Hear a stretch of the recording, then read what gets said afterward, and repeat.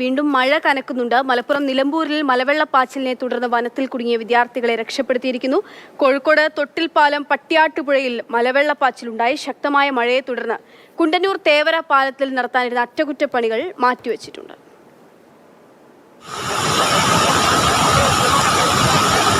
മലപ്പുറം നിലമ്പൂർ ആഢ്യംപാറയിൽ വെള്ളച്ചാട്ടം കാണാനെത്തിയ 3 വിദ്യാർത്ഥികളാണ് അപ്രതീക്ഷിതമായി ഉണ്ടായ മലവെള്ളപ്പാച്ചിലിനെ തുടർന്ന് വനത്തിൽ കുടുങ്ങിയത്. 6 വിദ്യാർത്ഥികളാണ് എത്തിയത്. ഇതിൽ 3 പേർ പുഴയുടെ മറുകരയിൽ അകപ്പെടുകയായിരുന്നു. ഫയർഫോഴ്സും നാട്ടുകാരും ചേർന്ന് രക്ഷാപ്രവർത്തനം.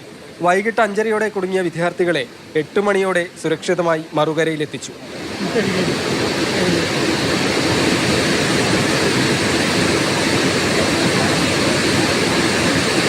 കുറ്റ്യാടി മലയോര മേഖലയിൽ ശക്തമായ മഴയാണ് പെയ്യുന്നത്. തൊട്ടിൽപ്പാലം പുഴയിൽ ജലനിരപ്പ് ഉയർന്നു. കൈവഴിയായ പട്ടിയാട്ടുപുഴയിൽ മലവെള്ളപ്പാച്ചിലുണ്ടായി.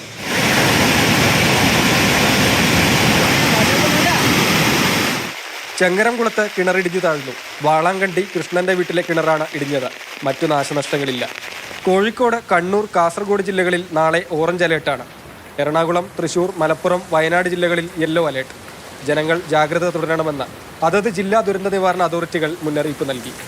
മാതൃഭൂമി ന്യൂസ്, കോഴിക്കോട്.